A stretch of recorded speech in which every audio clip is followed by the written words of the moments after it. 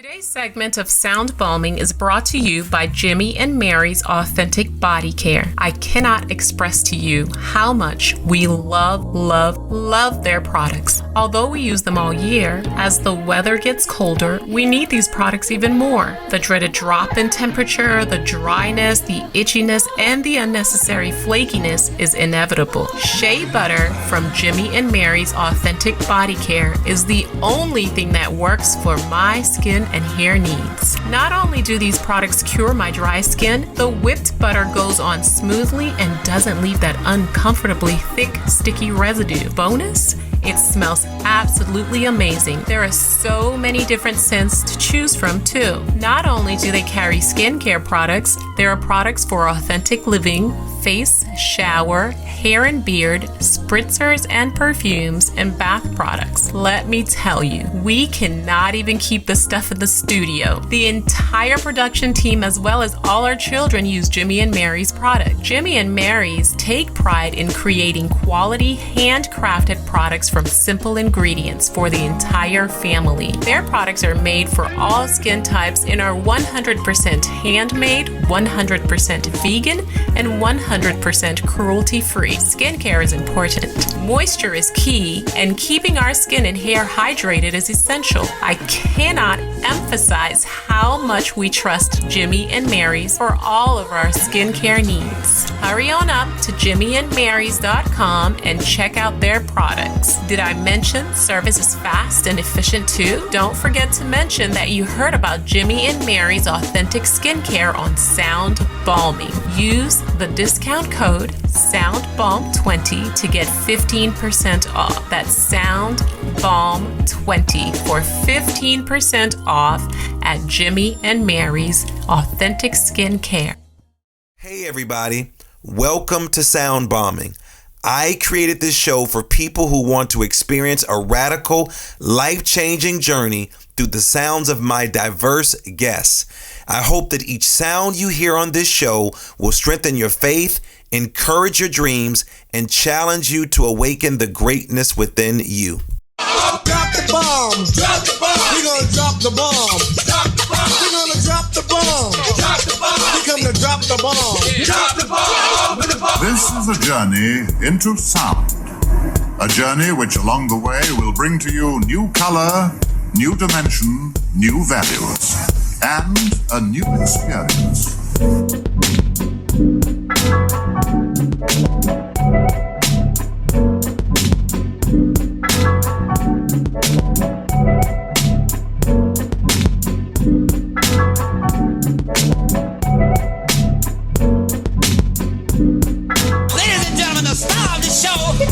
Lamar Darnell Shields.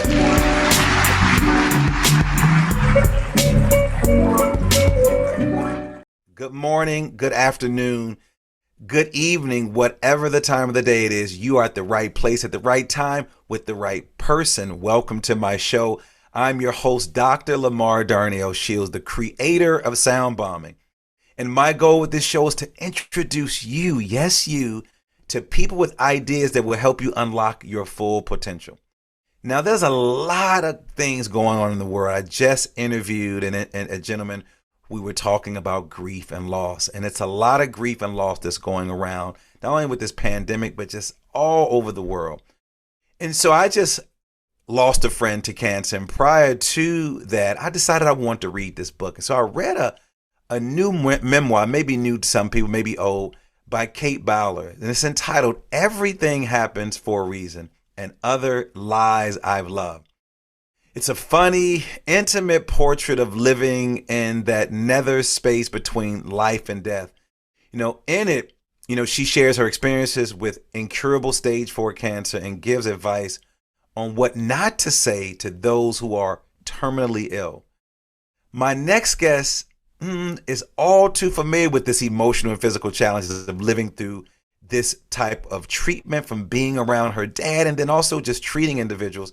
And I'm sure she's going to help us unpack some of the right words to say to people. You see, she helps cancer survivors get back in charge of their health, build their confidence so they can make the most of their new chance at life, bringing her unique background of both holistic physician and certified life mastery coach. She has stepped up and over and again to help cancer patients and survivors through their greatest challenges, including taming fear of reoccurrence, repairing devastated relationships, and making the most of the life they survive for. The calling followed her observation that too many survivors, after completing acute cancer treatment, are left feeling unwell, just like my friend, and unsupported, and sometimes all alone, wondering who to turn to that who understands their needs. Well, with her understanding of the universal gap in care that follows acute cancer treatment, she created a leading-edge survivorship care model called Back in Charge. 3 powerful steps to creating extraordinary wellness and joy after cancer, as well as the author of the Cancer Survivor Sphere First Aid Kit. She's been a regular blogger for Huffington Post Healthy Living. Her model incorporates healing of the emotions and spirit as well as the physical body. And guess what? She's with us today, here today in the bomb shelter. I would like to welcome Dr. Shani Fox, or Dr. Shani Fox, or Dr. Shani, to the Sound Bombing Studio. Dr. Shani, welcome to Sound Bombing. How are you doing? And let our listeners know where you are calling in from. I'm calling in from Portland, Oregon, and I'm doing just great today, Lamar. Well, listen, I am doing better because you're here. You're going to answer some of my questions. Again, in my intro, I talked about the book that I read, Everything Happens for a Reason, Other Lies I Loved. In this book, I'm sure you know this, people sometimes, Dr. Shani, don't know what the hell to say out of their mouths when people are dealing with some type of illness. And as I read this book, and I'm thinking about what people are saying, and they think that they're saying the right things to a person who is dealing not only just with cancer or any type of illness that's destroying them mentally and physically. How should we approach this? When we know that a friend, a partner, a loved one is dealing with some type of illness, let's just talk about cancer. What are some things that we should say? Help us develop our emotional vocabulary, Dr. Shani. So this is a great prompt. Thank you very much. We are unfortunately not taught this very well in this society. It seems that anything to do with grief, loss, or anything certainly that reminds us of death, we don't want to deal with it at all. And therefore, like you say, we have no vocabulary for it. It's scary. I get that. It's totally scary. It reminds us that it could happen to us or somebody close to us. And it's not a place we really would voluntarily hang out. But unfortunately, things like cancer, just one of those things, but it's way too common. It's way too common. And so we're all going to be in this situation where we're going to need to talk to somebody in the throes of that at some point. So we might as well get prepared if we can. What I like to say about that is just be with the person in the moment and be as real as you can. And by that, I mean, don't bring in that everything is, life's a bowl of cherries or any other kind of, let's be positive statement. These people are not necessarily in a positive place, and it doesn't help to bring in what they're going to consider like illusions right now. They want to be met right where they are. And from there, we see where we go. So, a very good question to start off with is just simply, how are you right now? How are you doing right now? And let them give you. Go ahead. Yeah. I'm sorry. Yeah, I was going to say, and let them give you any answer that comes to their mind. And just holding that space for them. So let's talk about you before we get into your work. How did you feel when you first received the news of your father's diagnosis? And then what are some things people said to you that you were like, what made you say that? Or what are some affirming things that people said to you that was like, I really needed to hear that? Yeah. The first question, how did I feel when my father was diagnosed? My father was diagnosed with pancreatic cancer, which of course most people know is usually very short term because it's diagnosed late and very devastating. So in fact, my father, from diagnosis to the time he passed, 12 weeks, that was it. So it was very traumatic, for all of us, for any of us who heard that. I remember walking around essentially as if I had a concussion for 3 days. I was not clear. I was not focused. And I really couldn't leave that space of, oh no, what's happened? After that, things settled a bit, and I recognized that it would be helpful for us to talk to each other, me and my dad, just to start being in the moment, in the day, rather than worry about what was coming, most likely. So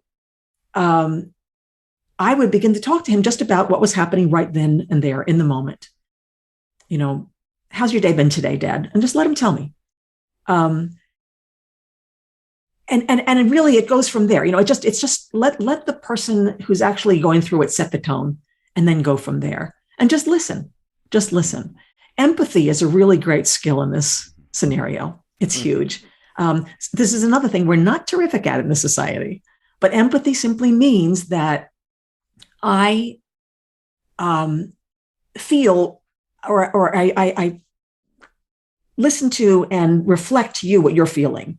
In other words, I go there with you, not because I'm trying to suffer with you, but because I just want to be as close in this space with you as I can. So, for example, people say, I'm not feeling very well today. I say, that must be hard for you. It must be hard for you. Just recognizing that I'm not trying to make something out of it that it isn't.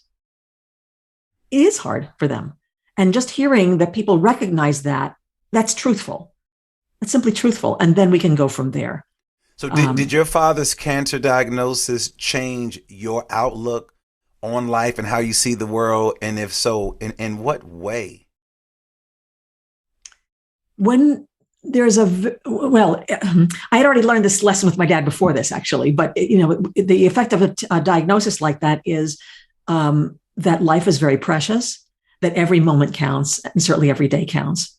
So it's about making the most of the days and the hours and the moments now, right now, because first of all, that's what life is made up of.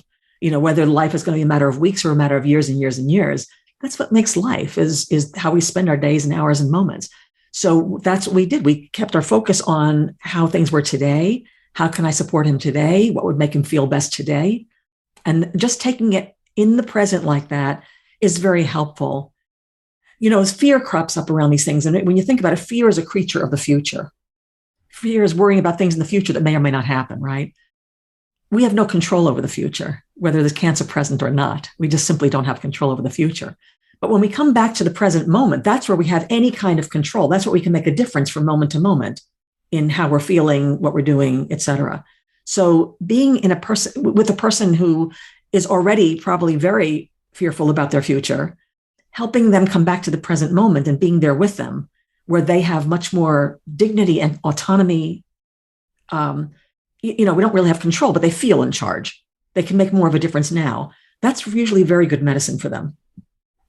So speaking of medicine and just this diagnosis, as people are getting these messages more and more, what are some of the issues that people face as they emerge from a bout with cancer? What are some things that they should possibly expect? And I know, Dr. Shani, that people's lives are different, but I'm sure you're seeing some level of consistency across the board of how people are dealing with this. And not only just the person who is receiving this diagnosis, but then also when you then share it with your significant other, the people that you're close to, your neighbors, your children, what is that process like? And then how is your work really shifting how maybe your dad's process was, because that was, a while ago, to what's happening today? What people are facing is, first of all, there are elements of trauma present. If you look into a directory, a psychological directory, you'll find certain criteria for diagnosis of trauma. Maybe they don't have all the criteria, but they're going to have some of them, because the fact of the matter is that cancer usually comes as a surprise, a big surprise. It's not uncommon that people have no symptoms whatsoever and they're diagnosed with cancer, or the symptoms that they had, they never thought it could be cancer. So this is a very surprising, shocking event. Yesterday I thought I was fine, and then today all of a sudden I have cancer. My life just changed entirely. So when elements of trauma are present, we've got to address those. What it means is that anything that brings to mind the event, the traumatic event, is going to be upsetting. So even if a person, let's say, gets out of treatment, the treatment is successful, their body actually, to all medical criteria, looks just fine, they are going to have in their mind, but this could happen again. But this could happen again, even if I'm fine right now. So there's enormous fear around that. And it can be triggered by all kinds of events. A couple of the most famous events are, we do surveillance on cancer survivors every 3-6 months, whatever. They're going to have scans to check, what's going on. Well, a person could be going along day to day just fine. When that scan comes up on the calendar, they get this terrible, deep, profound fear, and they live in it for several days or maybe weeks. And so this recurrent fear, or sometimes persistent fear, depending on the person, is a very common theme among cancer survivors. In fact, it's one of the reasons people come to find me. What do I do with this fear that this is sitting over my shoulder all the time? I can't live. I can't make plans. So learning to deal with that fear is that's one very common motif. In fact, I often say that fear is actually the most common side effect of cancer. So what's the mechanism? What are some of the tools that you're teaching people to use when they're dealing with that fear? I can imagine every day going to the doctor to visit my doctor, those numbers going up, numbers coming down, going up, going down, and you have to some degree no control over that. I mean, we know diet and those other things that we'll talk about in the future and we'll talk about soon. But what are some of the tools that you're using that your clients and that the people that come to your lectures and check you out online, what are some things that are working for them? It comes back, first of all, to what I mentioned just before, that we want to take them out of the future and right into the present. And what control can they have over their day? So first of all, I'm a big fan of breathing exercises, and even without, exercise sounds fancy. It's not really. Within the space of 3 to 5 long, slow breaths, our nervous system actually goes to a different place. When we're in fear, we're within what we call the sympathetic nervous system state, where we're ready for fight or flight. Our whole system is agitated. And that's, of course, our reaction to fear. We have these physical responses. We feel, tight in the throat, tight in the chest, we feel tense. If we take even 3 to 5 deep breaths, slow breaths, our nervous system starts to calm down and we come out of that sympathetic state, and we're in a much better place to start to make choices and really think, what do we want to do about this, rather than being in this sort of helpless, uncontrollable place, spiraling out of control with the fear. So I teach people presence exercise that brings them down using their breath, and then using guided visualization sometimes to just come back to the present, where they're going to have a choice. And so then we say, okay, I'm living right now. I'm grateful to be living right now. We have gratitude affirmations and all kinds of things we can use there.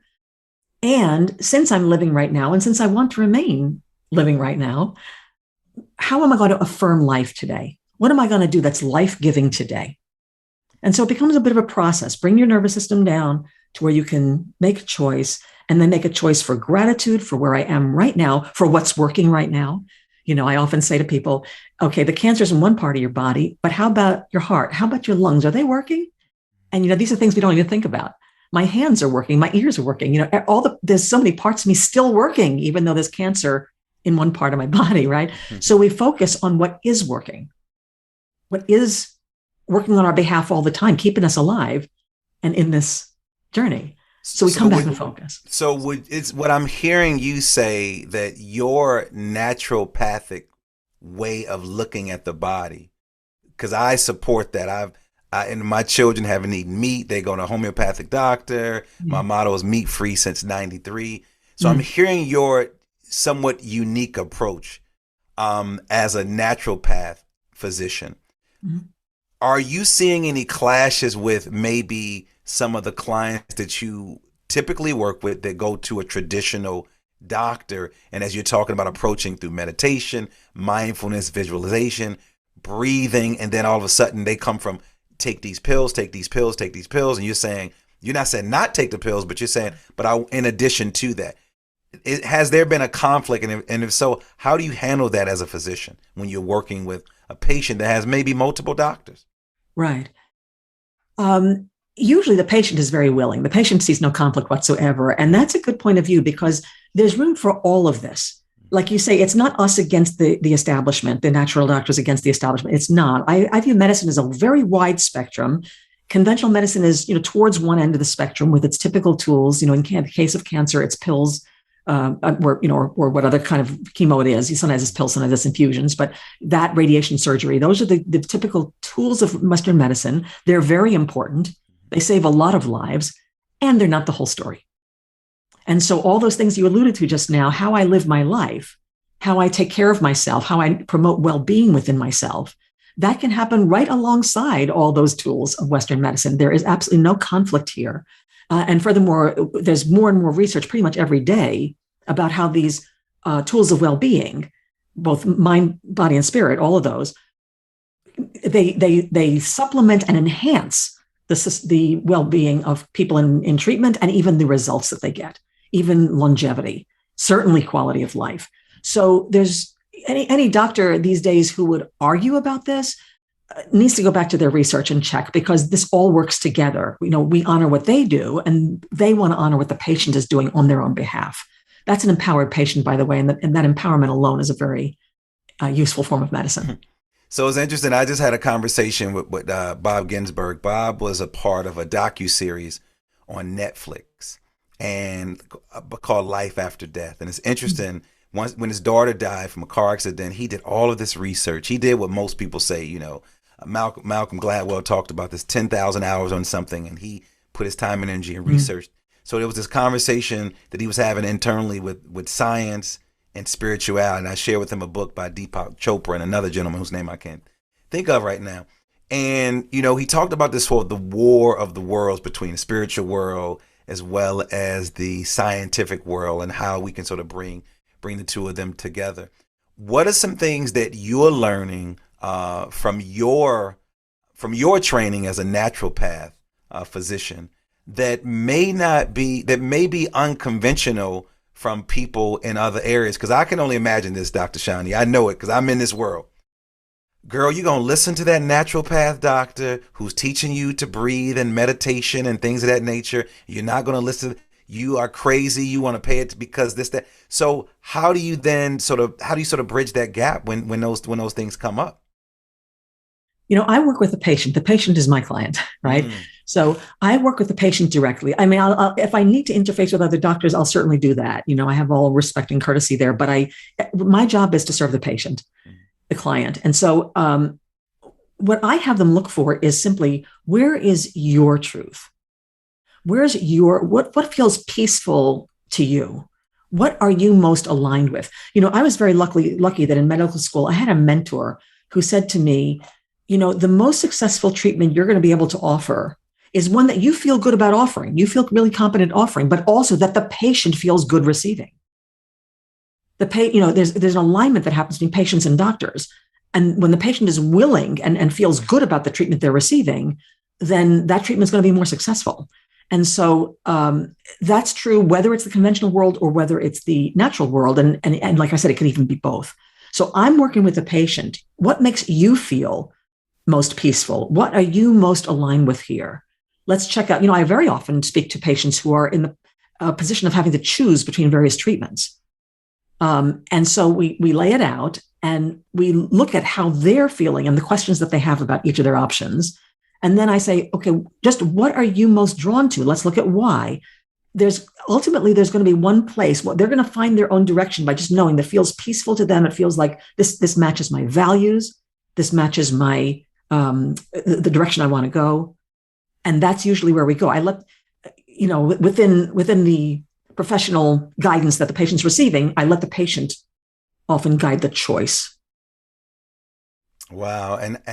And that process is working for many of your patients based on what I'm reading and based on some of your talks. Now, you have a clientele list that's very long, but you also now starting to you're writing more and more and more. You have a book out that sort of supports the patients. Can you talk about some of the books that you've written, and then how are you using those books in conjunction with the time that you're spending with some of your patients? Yeah. So the book that I wrote is actually a kit. There's a short book, and then it comes with a CD of guided meditations and a workbook, and then a quick start guide, as I call it, with a little method that I have there of how to address fear. So that's a very useful tool for people who are suffering with fear in particular, of how to take their selves and their day back from fear when fear really comes on strong. So that was a tool that I developed because I really just saw the need for it.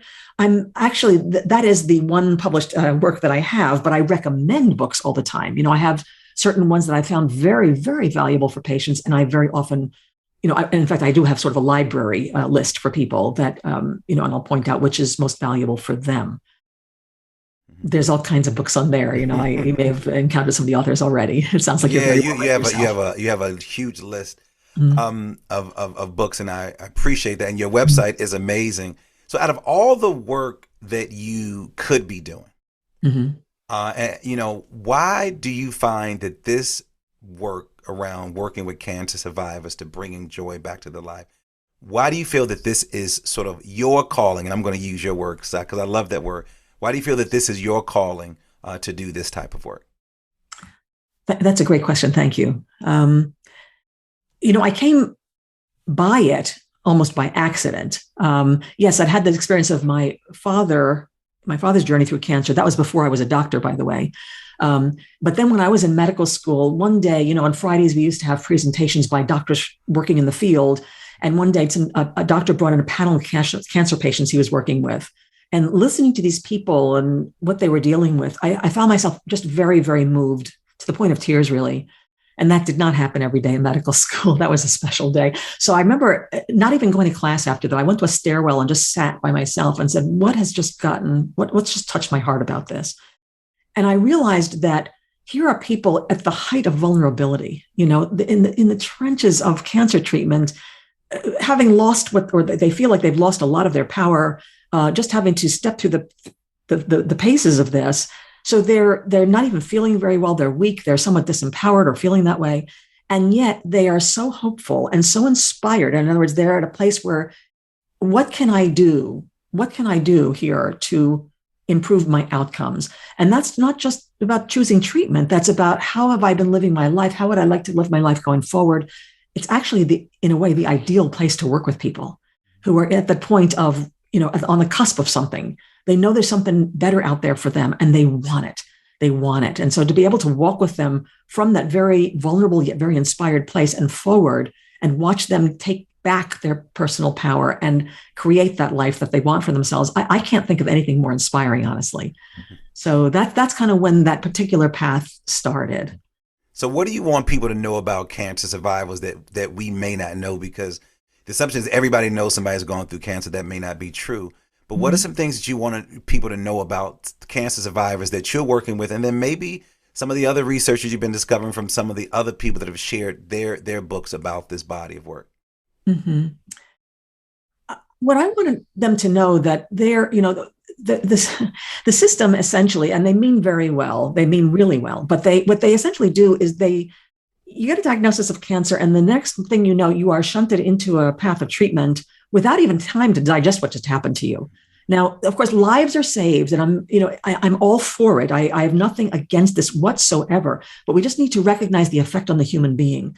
And the effect is that all of a sudden I'm told what I need to do, where to show up, what time, who's going to be there. Everything is predetermined for me.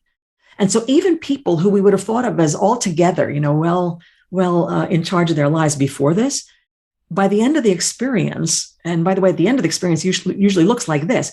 That was your last treatment. Yay, balloons, cupcakes, goodbye. It's so sudden. And people are left then without any support, where they had this whole structure going on for months.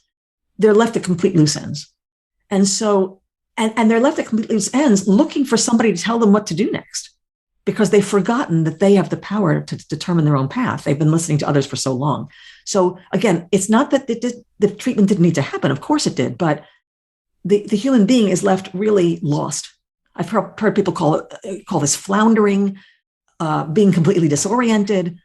That's a common experience. So what I want people to understand, and I want even other medical professionals to understand, that even if inadvertently, this is the experience we're creating for people, and what they need most is to be able to take back their power, essentially. They need to learn to make decisions for themselves again, to be guided by their doctors, to be guided by other professionals, certainly. Take in the input, but then to find what is most important to you and what feels like to you like your best way forward. And that goes for the continuation of treatment, whatever that looks like, and it continues in life in general. I get to determine what my life looks like now. So I think that's the most important thing we can do for cancer survivors, is help them come back to their center where they are self-determining again. And Dr. Shani, I got a chance to witness that in real time. My roommate. I will always call her my forever roommate. When we first started teaching, we met in Houston through our program called Teach for America. Her name is Sharia Dial. And she just transitioned from, she died from cancer. Sharia died maybe about a month ago. And when you talk about someone who died gracefully, who was a fighter, who took control of her life, I mean, Sharia laid the playbook. Like all of her sorority sisters, shout out to Delta Sigma Theta, and all of her sister friends were around her. This woman, Dr. Shani, laid it out for her two boys, my two nephews, Jahi and Yasiri. She laid it out.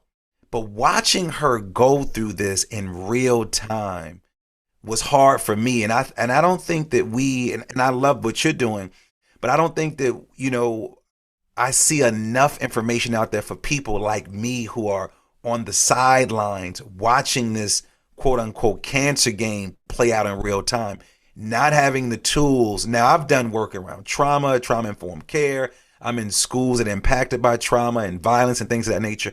But being in real time, her in real space, in her house where hospice was taking place, watching her go through these medication, having these conversations, asking me questions, and in my quote unquote right mind, I didn't know what the hell to do. And I'm watching this play out. But she did what you said. She took control of what was going on. She took control of what she could do. There were things she had no control over her body. She had a very rare form of cancer, and she kicked its tail for a very long time.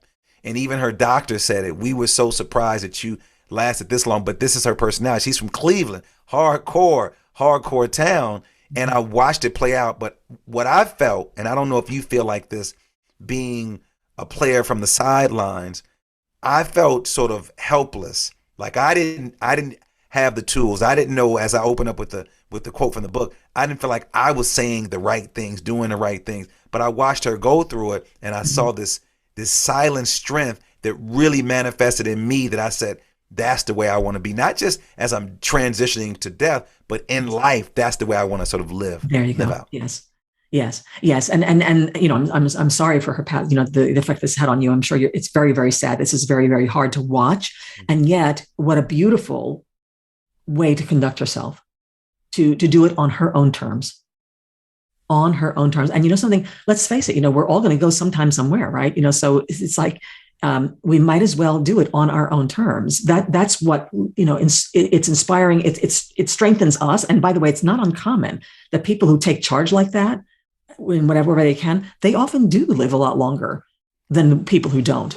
So, you know, sometimes the results are actually better. But whatever the results are, you know, that's an inspiring way to be while we're here and even beyond, because that's what people around us will remember. So we don't have a choice about eventually hitting that threshold, all of us, right? Wouldn't we like to hit it in that fashion? Yeah. So I shared some of the things that I learned. What are some lessons that you're learning throughout this process of working with these survivors and providing them with some of the tools that make them feel good about who they are and elevate and motivate them throughout? What are some lessons that you're actually learning?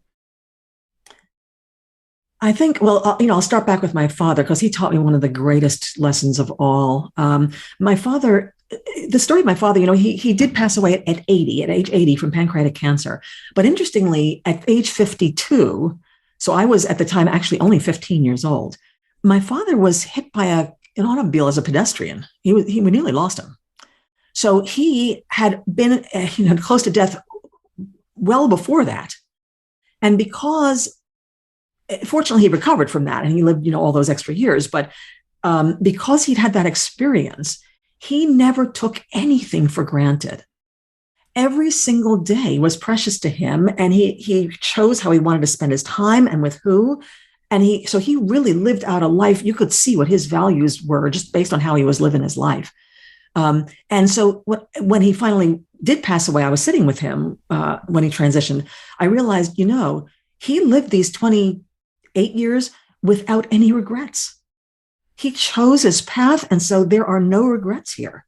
And isn't that a wonderful way to live one's life? And so that was his biggest lesson to me, and that is the way I certainly attempt to live my life. Also, when I need to make a choice, I don't make haphazard choices. I sit with it long enough so that I feel like I'm in alignment with myself, I'm in integrity with myself, whatever choice I choose to make. I may or may not be in alignment with everybody around me, but that's the way it goes. I have to be in alignment with myself first. And then the people who love me, they'll find a way to support it, whether or not we fully agree. So that being in alignment with oneself, that was a huge lesson that I learned from my father, and I've taken it forward in my own life, and I work with other people to approach that also. So speaking of alignment, if I'm coming to you as a cancer survivor, walk me through the steps. What's the first thing that you would do to me? And then how would you then create a path for me to sort of stay within that process? So we start with where a person is right now. If their intention, if there's something that's not working for them right now, first of all, I just even help them identify that they're feeling that way. A lot of us sort of just brush those things aside. Oh, well, I got to do this. I should do that. I help them get underneath, like, how are you actually feeling about this? And then we start to realize, there's some discontent there, some disappointment there, some fear. It could be any kind of things. What it means is something about my behavior is not aligned with who I really am. So we identify, first of all, simply that there's discontent. And then typically the next step is, how would you like to feel right now? We help them envision a little bit. Envisioning what we want and how we want to feel, this is actually a huge skill. We're not particularly encouraged to do this either in the society, right? To really identify what it is we want. And in these situations, it's very helpful because even if they don't know how the heck they're going to get there, that's like secondary. First, we just got to identify, what do you really want? Can you envision yourself well? Can you remember what it feels like to be well? And I'll do visualizations with people so that they remember like what it's like to be a kid kicking up your heels on the swing or whatever makes you feel most free. We go back to some point where they felt well and free, and what they realize is that feeling still lives in me somewhere. I still can remember it. I can still conjure it if I want to. Okay, let's take that feeling of freedom, that feeling of empowerment. I can do anything. I can have anything I want. From that place, what is it that you would want? Now, it's true that everybody will say things like, I want 100 more years. Well, but we don't have control over that. What do we have control over? How can we make this year good? How can we make this week good? So we take that feeling and identify what will move me in the direction of that feeling. Could be anything. Could be anything. Not everybody has to climb Mount Everest. It could just be, I want to talk with my grandson on the phone. All these little things that life is made of. Okay, well, let's do that first. How does that feel? And once they've done it, once they've taken the initiative and done something, then we build that power to take action. I choose every day something I'm going to do that makes me feel alive, that makes me feel good about where I am in the world. So we recreate this empowerment, one thought and one belief and one action at a time, but it builds up. I love that. Now, do you ever get any pushback because you are not a cancer survivor per se? Is there anyone in your circle that says, hey, you don't know what I'm going through? I mean, yes, your dad, this happened to your dad, but you don't know what's happening to my body. And if so, how do you respond to them? Well, first of all, there's truth in what they're saying. We never know exactly what somebody else is going through unless we've been in pretty much the same situation. So, it could be that I've had one kind of cancer and they have another kind of cancer, and they could still say that, right? So it's not just about being a cancer survivor. But well, a couple of things. Number one, have I experienced cancer in my own body? No. But have I experienced some of the emotions that they're experiencing? Yes. I've been through grief. I've been through loss. Lots of the things that they are dealing with, I've dealt with, albeit in different circumstances. So at an emotional level, I can relate to them because we've experienced the same human emotions. So there is that. But the other thing is actually almost more important is I've just learned to be a very good listener. I don't pretend that I know what they're going through, but I encourage them to tell me what they're going through and how that feels. And so we get to the point where we can find that common thread of emotion. Then we work from there. But I don't actually pretend to understand how their experience feels to them. I depend on them to tell me that. I love that approach, and I'm sure my listeners love that approach as well. But I want to keep them connected to you, Dr. Shani. How can my listeners get in contact with you if they want to pick up your products, if they want to hear more conversation with you, or if they just if they need some type of treatment? How can they get in contact with you? The best way to go in is through my website, www.drshanifox.com. So DrShaniFox.com.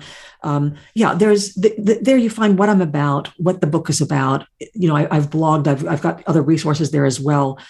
People can get a good sense of the work that I do, and it's easy to contact me through that website as well. I welcome contact through email, through phone, any kind of contact. I return all phone calls and emails personally. So it's easy to get to me that way. And then there's also a Facebook group that I have for women who are survivors. So for women in particular, if they choose to get to me through the Facebook group, they'll get to me and also a community of women who have been through, something similar to what they're going through. They get it. And so there's a lot of conversation there that can be valuable to them as well. There's a lot of great information on this website. I'm telling you, go and check it out. Do yourself a favor. If you are not a cancer survivor, I'm sure you know someone in your network. Share with them. If they share this website with them, all the information is important. Dr. Shani, what impact do you want to have on the world with your work? I want people to know that while we never have control over the length of our lives, but we absolutely have control over the quality of it. And so there's so much that you can do to take back the reins of that and just live the life that you really want to live. I want people to know that even if they're in the midst of cancer, that they have lots more power than they know. So well said. We're going to leave it right there for that part. But part 2 is the Super Bomb questions. It's an honor hanging out with you. We got to go to part 2, which is brought to us by Mountain Made. Now, the difference between these questions, Dr. Shani, I need you to answer them quickly as possible. First thing that comes to your mind. You ready? I'll do it. Let's do it. All right, let's go. What is your favorite word? Clarity. What's your favorite quote or maybe a spiritual verse? It's something like this. A ship is safe in harbor, but that's not what ships are for. What brings you to tears of joy? Oh my goodness, almost everything. I mean, that could be the little birdies eating at the bird feeder. I mean, I see joy in so many things. I dedicated 2019 as my year of joy. I got very good at creating joy. I see it everywhere. Let's go to the opposite. What brings you to tears of sorrow? When I see people who are not using their power to live the lives they want, that they're struggling and suffering, and they don't know that they can do something about that. What do you wish you had more time to do? Dance. I dance anyway, but I'd dance as much as I could if I had more time. What is the gift that you've given the most and why? That I've given the most? What a beautiful question. I was given myself the gift of being able to stand with somebody in the most awful circumstances and to be there for them and to be able to know what to say to them. And I think that's something that I was really given by, a power beyond anything I can imagine. And I'm grateful to be able to use that in this world. Dr. Shani Fox, last question. If you were in the Mrs. America talent competition, what would your talent be? Dancing. I figured dancing and that great smile. I thank you for hanging out with me today. I love your spirit, love your energy. It's been a joy and a pleasure hanging out with you today. I thank you for all that you're doing with all the other things you could be doing with your degrees. You decide to pour into those cancer survivors, to bring their energy back up, to get them excited, and then to increase their time on this planet with some level of joy. And I appreciate you for doing that. So thanks for hanging out with me. An honor and a pleasure to be here. And I could not do this out without my amazing super duper producer, Nicole Klimpaka. Supremacy for our theme music, and all of you for listening. Now listen, subscribe to the show, stop being stingy, share me with all of your friends. We're on every platform. Stop being stingy, share with us. And listen, go and do something for someone other than yourself today. But thanks for tuning in. You've been listening to Sound Bombing. Peace.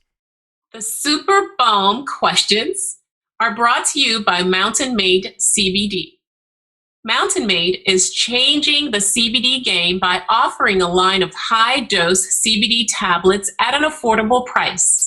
Their products are THC-free and third-party tested for accuracy, cleanliness, and potency. Their products, which ship nationwide, include Build for CBD saturation, Boost for precision titration, and recover for rest and rehab. With 9 years experience in hemp and fitness, Mountain Made's founders are focused on creating a quality product to help those who live an activated lifestyle. Check out mountainmade.life. Again, that's mountainmade.life to find out more about how their products can help you crush life. Remember, their products ship nationwide. Go check out their website today and follow them on social media at Mountain Made. That's the @ MNTMADE. Our staff at Sound Balming uses Build before a morning workout, which helps to push our bodies to a whole new level on a daily basis. Try Build, try Boost, try Recover. Our staff is using these products to enhance our active lifestyle naturally, and we are crushing life with Mountain Made CBD, and you can too. Start today by going to mountainmade.life and ordering Build, Boost, Recover, or the multitude of other products that they have which will enhance your lifestyle. I promise you, you won't regret it.